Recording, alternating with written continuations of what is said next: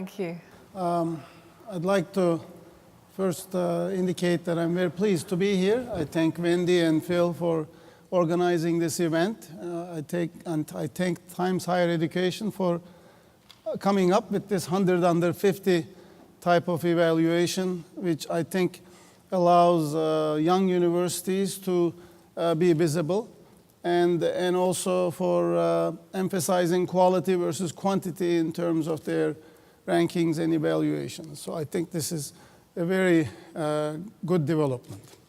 Now, Koç University is a 20-year-old university. I have been there nearly 5 years now, and it was ranked 31st in the 100 under 50 rankings last year. It's a comprehensive university from the point of view of having colleges and departments.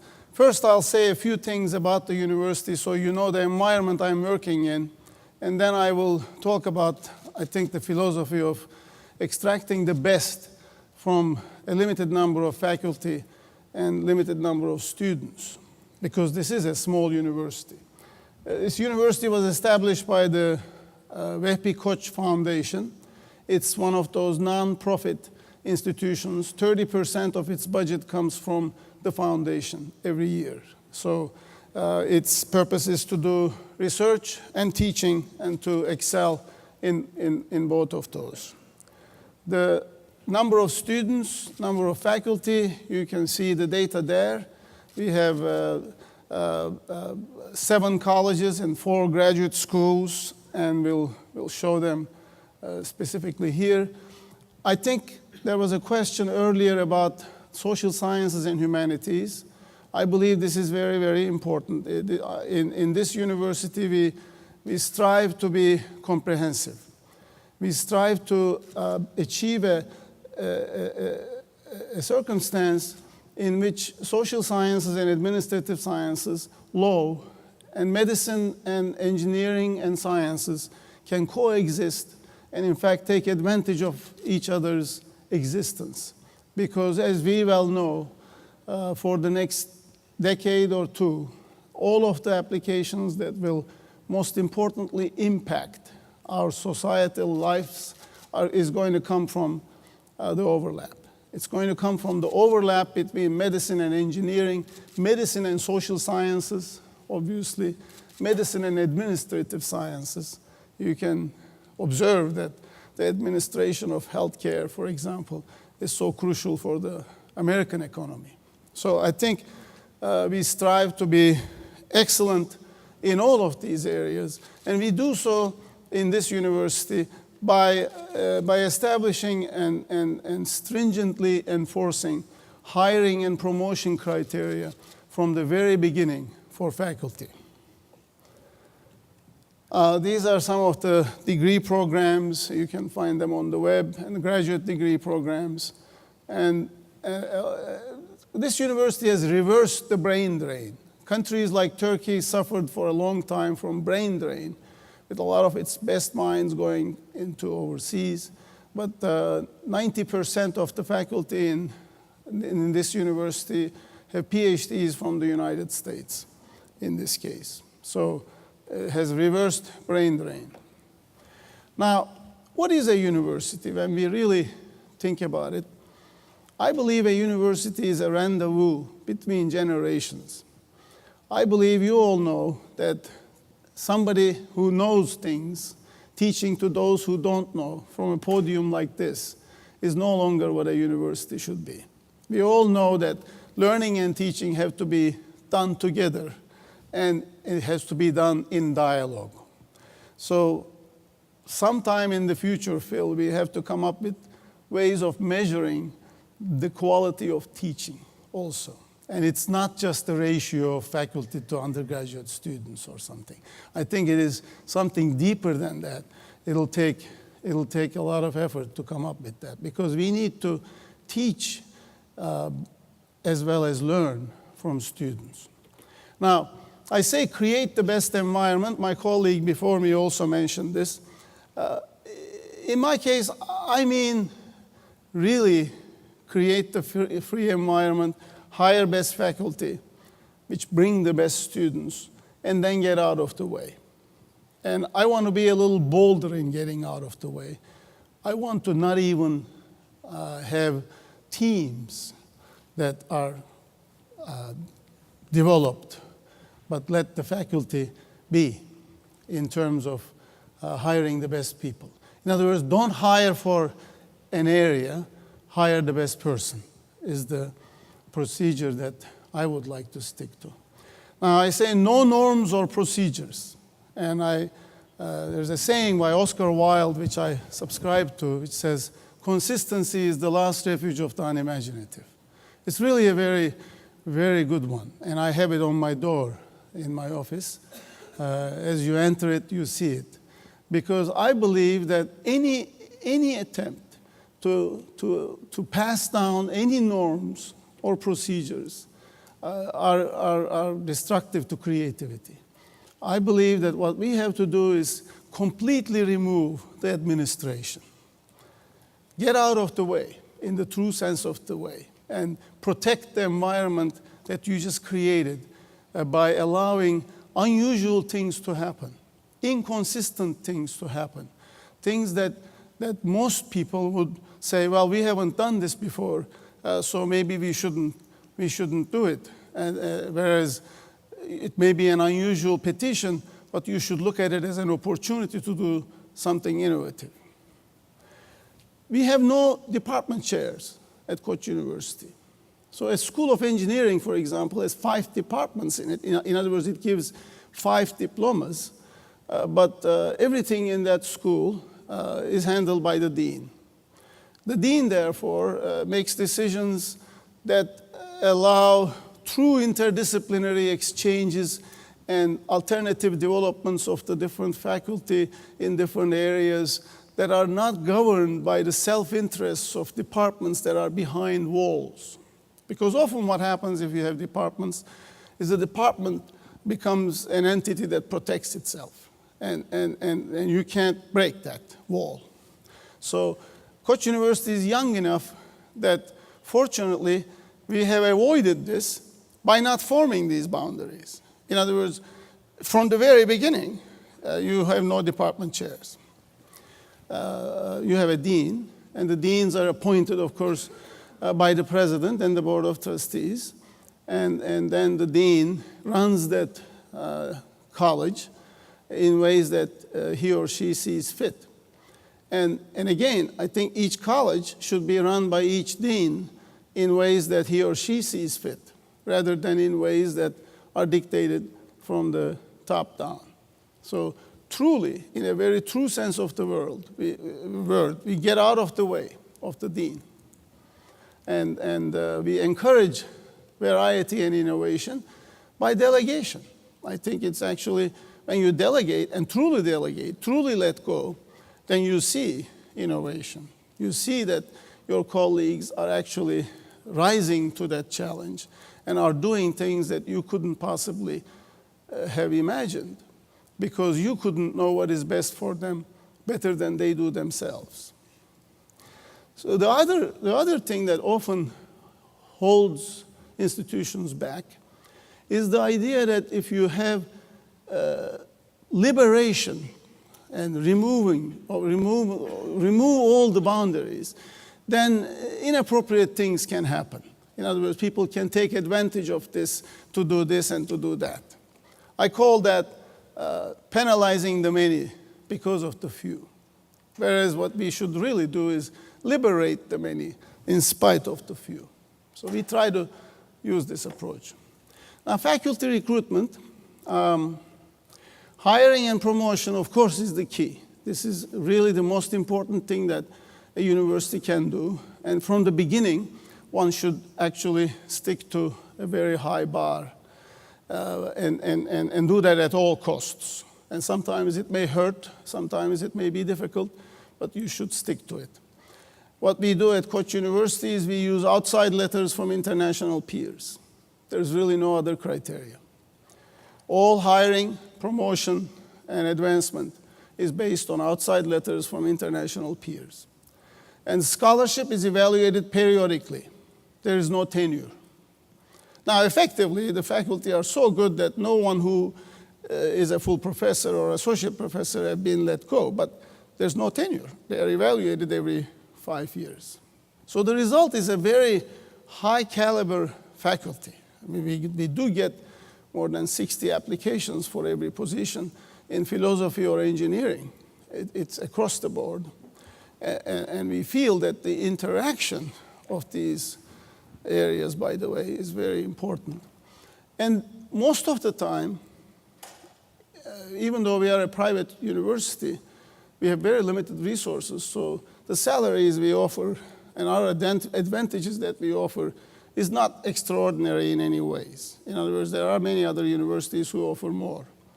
But once you reach this point, the faculty come to rub elbows with quality faculty. So I think it's like a snowball effect. Once you have the high standards and you allow them a free environment to do whatever they want, literally whatever they want, we view the classroom as their kingdom, and they do whatever they want, and we just provide the environment.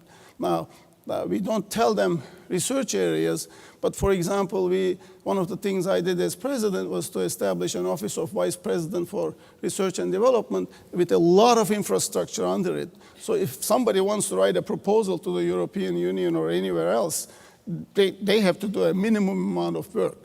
All of the legwork is done by the institution. So we have made it very easy for faculty to pursue their curiosity. All we want is for them to pursue their curiosity. As long as we can facilitate that, then great things happen because they're great faculty.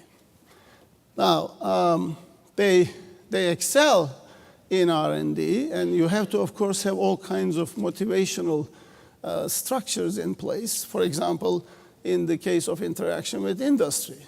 I mean, you have to do what is done in the Silicon Valley so very nicely. You have to have a technology transfer office, and you have to have motivations for them to own the patent and benefit from the licensing of it, and all the manner of things that motivate faculty. You need to have in place and available if they come up with these great ideas. So the other thing that I think often I see as a danger in our institutions in general is that the word R&D is often misunderstood. A lot of people, this happens in Turkey a lot of people say they are doing R&D, but they really are doing D. They are doing development. And when industry partners with a university, the university becomes their R&D department, and they're really developing something for them. That's not R, in my opinion, because R is the true pursuit of the unknown. I think we often confuse the pursuit of the known unknowns, which are the set of problems that the industry has, and the industry could bring you those problems. It's a simple list. And of course, my university or anybody else's university may have the expertise in their faculty, which is another list, and you could match that list and pursue the known unknowns in your sleep. Now, you can publish a lot of that in reputable journals often, but you may be looking at a university-industry interaction, which you may be proud of doing R&D with the industry. I think universities have to fight very hard to push industry to do with the university R, research. And that's done, as you well know, any of my colleagues are better in this than I am here. That's done in seed research formats. That's done in partnerships with the industry that is very long term. That's where the industry comes in, puts resources in a university, just so that people pursue their curiosity. We do this internally, by the way. I say get out of the way, but one of the things we do is we have seed research money at the university. So we say, we just announce anything that you want to do. Do you have, and we get proposals, we get, for example, 20 proposals. We sit in a panel and pick 4 of them or something, and we provide them seed money because they are pursuing their curiosity. We don't want to look at whether or not they are in niche areas, are they in areas defined by governments, are they in areas defined by industry. We just want to know whether it's a curiosity-driven idea that merits a little investment so that it can develop into a more mature proposal. So seed research, I think, is extremely important. Industry leaders should have longer-term views so that they come to universities and allow them to do R, that they can publish, the results of which may not be applicable or usable by the industry for another 10, 15 years. But when it is in 15 years, it'll liberate them from a logjam of some sort. This is very important. Pursuit of the unknown. Now, the other thing that I think one could do is to promote interdisciplinary thinking. This is of course, everybody is talking about this now, interdisciplinary, etc.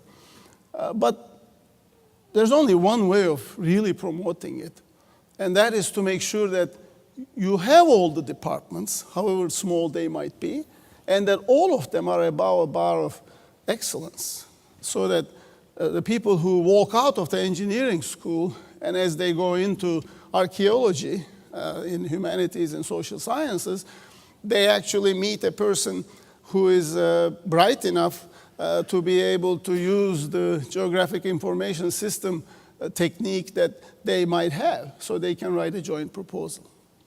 Okay? So you need to have invest in hiring the faculty so that they are all positioned and motivated to collaborate with one another.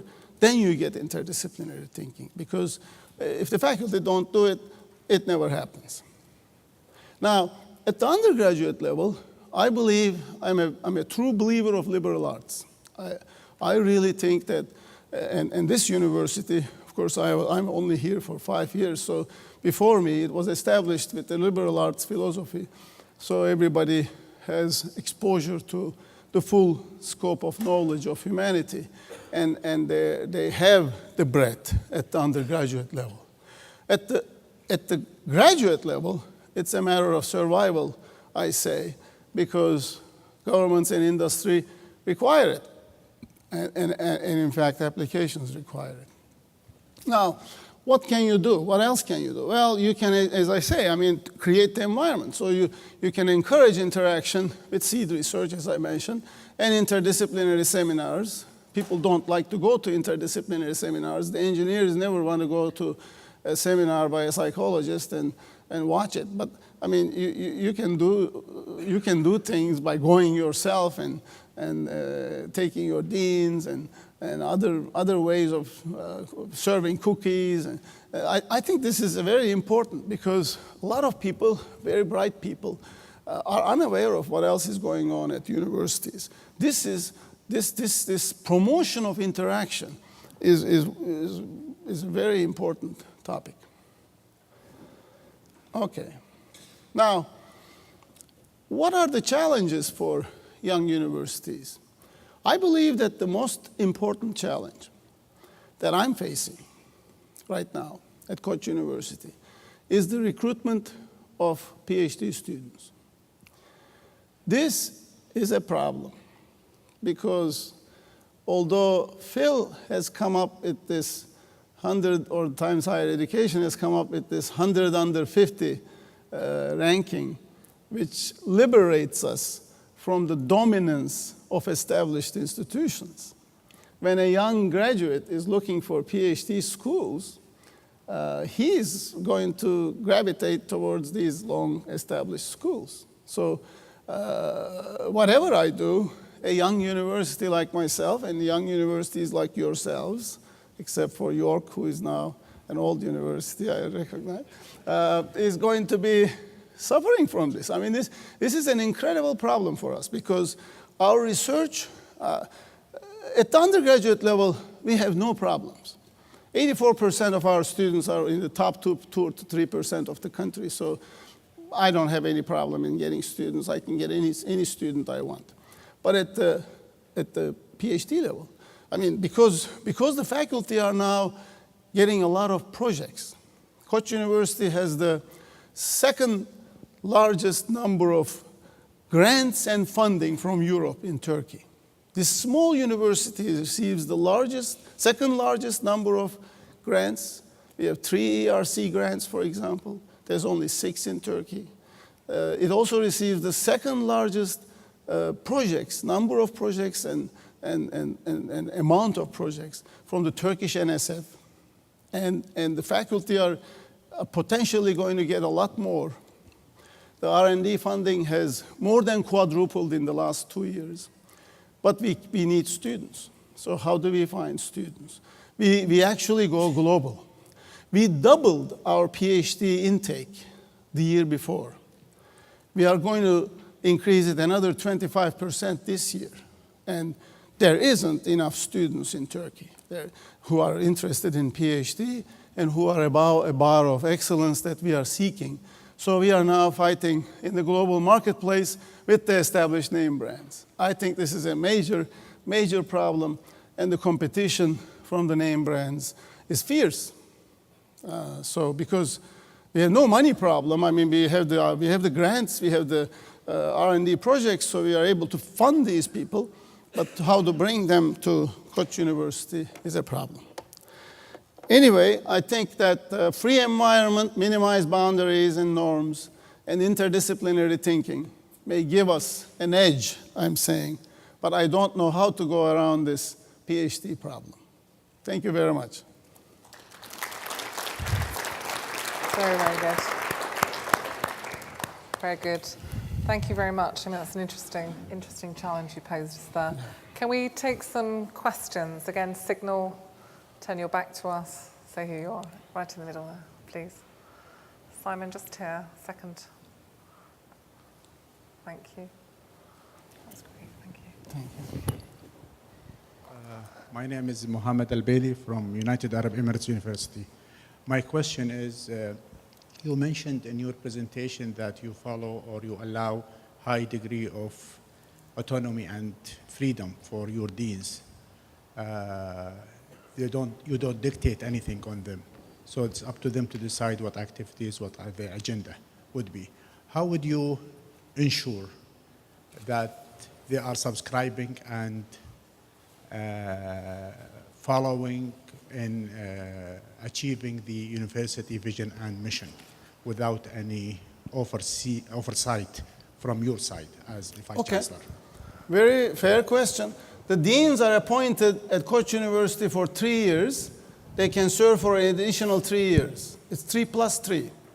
And I evaluate them at the end of the 3 years based on where that school has come under their leadership. And sometimes, if I have made a mistake in appointing the dean in the first place, and I have kept myself away from it, and maybe there could be a debacle. Sometimes this could happen. It hasn't happened yet. Because when you give freedom, the chances of him really performing is much higher than the chances of him failing. So we need to take that loss. In other words, you need to take that occasional loss, because the benefits that you reap from liberating people is exponentially higher. Interesting. It's quite a radical approach. I'm sure there's a question at the back there. Interesting. Nottingham Trent University. I thought that was an absolutely brilliant presentation, really inspirational, and I was kind of thinking as you were talking, wow, I'd love to work there. So, although there'll be 49 or 59 other applicants for any job.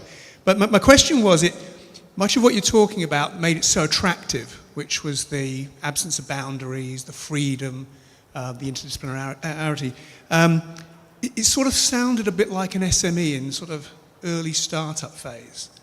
And I wonder how you keep that sense of imagination and entrepreneurialism when you're 40 years, 50 years, 60 years old. Yes. Well, this is a very good question. We are operating like a startup right now. We are very much a startup. We are constantly changing everything because the river of wishes and desires is flowing, so we are basically carving its course as we go along because there are no rules. And indeed, as the faculty become older, and when we come to a point of the university not growing anymore, in 2017, our university will have reached a size of 6,000 students. And our model is universities like Rice and Tufts, at that size, and we will not grow. At that point, what you mentioned could in fact become a problem if we don't handle the retirement and transition issues properly. But we are developing mechanisms for that. So you're right, this is a growth phase, but you know, somebody else said, or somebody in the document, that you either rise up and go to the top 100 in 10 years or in 60 years. So it's one of those things. Just at the back there, just by you, Simon, there. Thank you. Okay. Eric Zimmerman, IDC Herzliya, Israel. As someone who's visited your campus several times over the past few years, I can marvel at your achievements. Bringing the conversation back to the rankings, I have a particular problem with the definition of an internationalized faculty. And you mentioned that you've been extremely successful, and I know this, in bringing foreign academics to Koç. I'm just wondering how many of those academics are of Turk origin? Oh no, I didn't say foreign academics. About 10 to 15% of my faculty are non-Turkish. The rest, what I said was that 90% of them have had PhDs in the United States. But nowadays, you know, in the last 2 years actually, in terms of the applicants, we are having a really growing number of non-Turkish applicants. In the beginning, I think we had more people who are Turkish who are coming back. That's why I said the reverse of the brain drain. So, I mean, last year, for example, we hired 2 people in philosophy, and both of them are non-Turkish. So I think it's going to develop more into an international faculty. But certainly from the point of view of their PhDs, they are international. Yeah. Thank you. Question over here. Next. Over here. Well, Ricardo Romo, University of Texas, San Antonio, and I visited Turkey, and I'm sorry I missed your school, but please, next time. It sounds really very inspirational talk today. I think the hardest thing for American universities in terms of trying to look for some models would be not having tenure. You're not in a competitive position if you decide you're not, you know, if you disarm by yourself and everybody else is arming, you know, you're at a tremendous disadvantage. So, and I was struck by, of course, your school is, as you noted, is small, and I'm curious to know exactly how small, because in not having department chairs, we've decided that one of the weaknesses of our university was that we didn't have strong department chairs. No. And that they weren't doing their job. Now, what happens is in a college of liberal arts, we have, in our campus, 6,000 students. That means we probably have 300 or 400 faculty, and for one dean to evaluate those. But you seem to have many exciting things going on, and I commend you. Well, thank you. The number of, so in School of Engineering, we have 50 faculty members and 5 departments that we give diplomas in. So no department is really more than 10 people. So, but I think when you don't have a department chair, you can have them develop at different sizes. For example, industrial engineering is a little bigger than chemical engineering because of the student interest and other interests and so on. So the river flows and you carve its course. So basically, without the department chair, you can do this. The department chair would be an impediment. Other questions? Was there one? No? Other hands, other questions? Yes, just here. Thank you, Claire. I'm Bernard Jan from National Taiwan University of Science and Technology. Speaking of freedom on research, I can appreciate the strategy there. Do you also provide some level of freedom on teaching, or there is another set of rules on teaching? The faculty teach basically 2 courses at any given time. 50% of their time is allowed for research, is considered to be for research. The other half is they are teaching 2 courses. Now, in terms of not teaching less than or more than 2, there is a lot of flexibility in terms of when they want to do that, exchanges and borrowing and so on. But in terms of what they teach, they have absolute freedom inside the colleges. Absolutely. But there is a certain load that they have to carry in terms of teaching. If you want to look at teaching as a load, I don't look at teaching as a load. I think teaching is a responsibility. Yes, at the back there.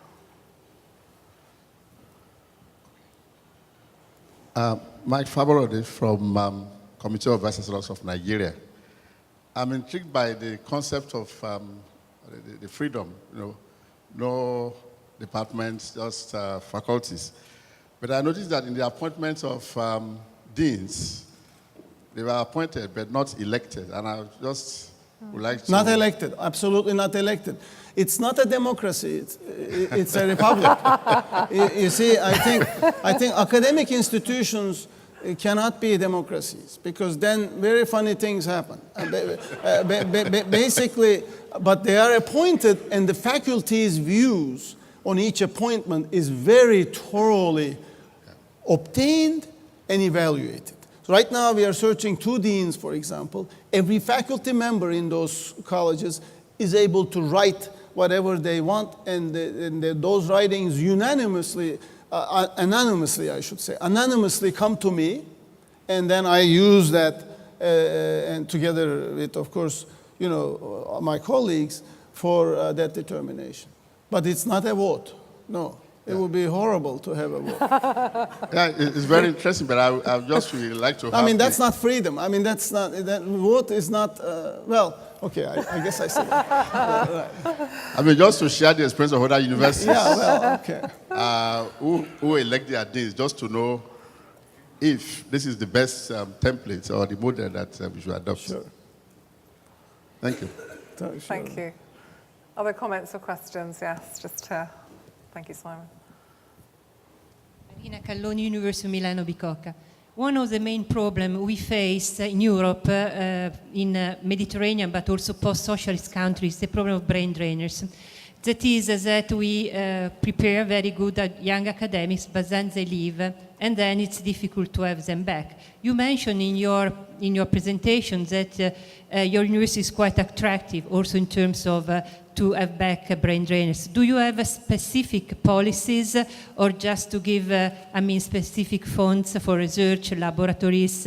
Because in many cases we see also in Italy that we have scholars who come back, but then they are quite disappointed because they don't have the same, equipment and so on they have abroad.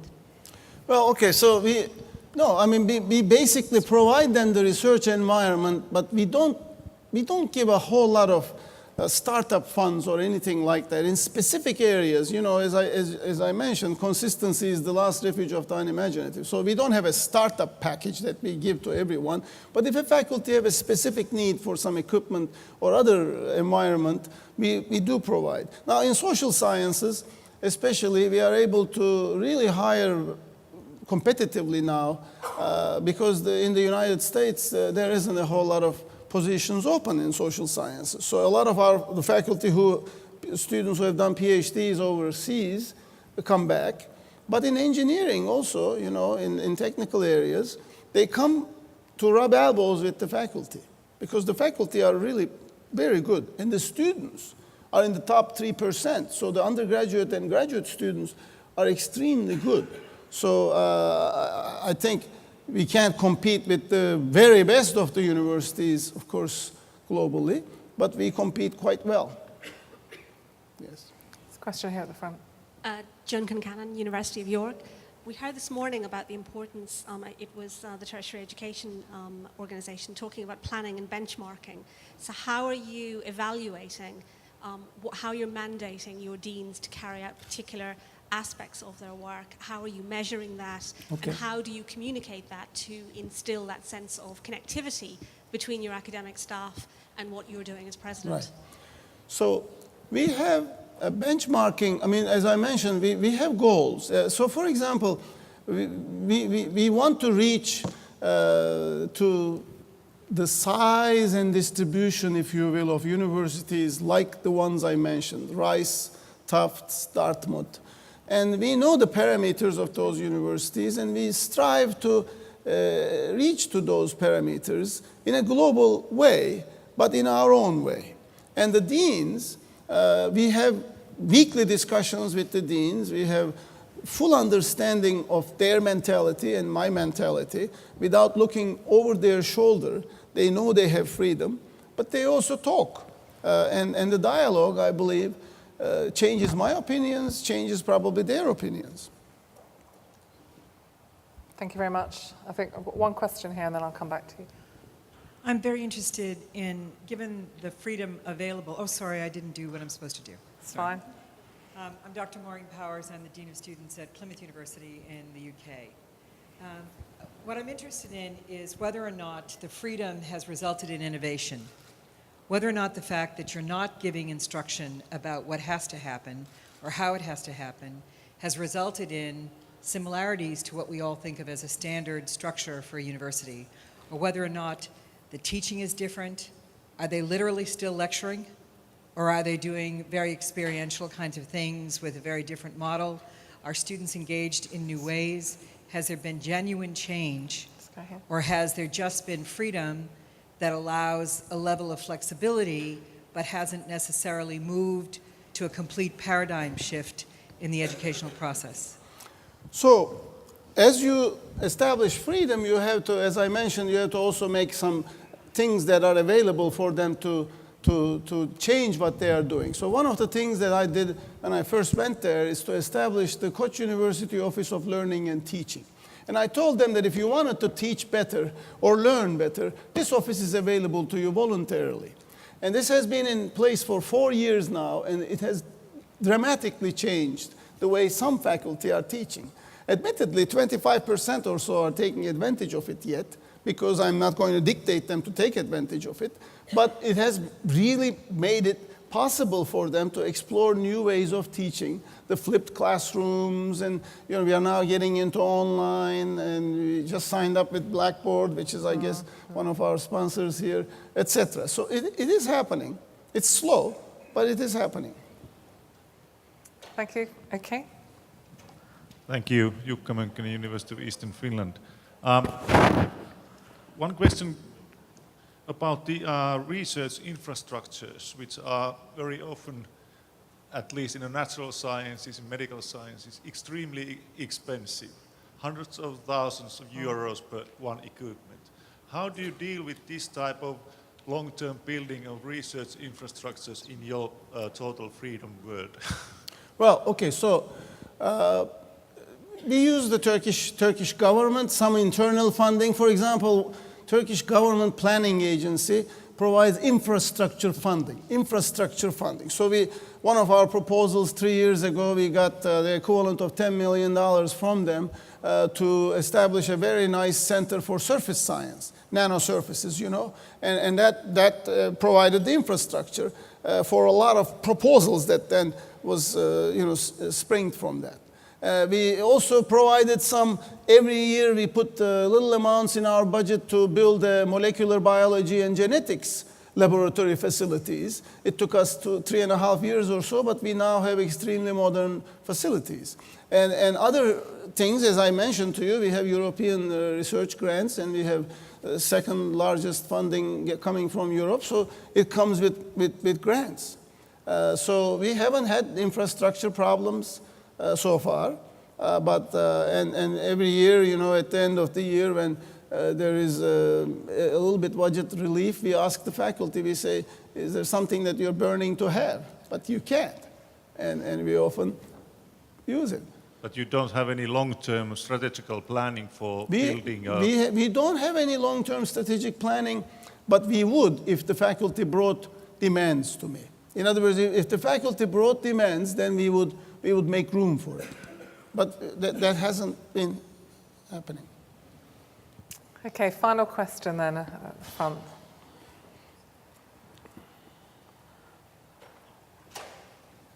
Balajaluka again. Dr. Inan, what gives you all this power? I mean, gives you all this power? Did you come out from the system? I did? Yeah. Oh, no, okay, no, I did not. Well, of course I came up from a system, but I spent 36 years at Stanford. I was a faculty member at Stanford in the electrical engineering department. I'm a space scientist. Okay. And I graduated 60 PhD students. Okay.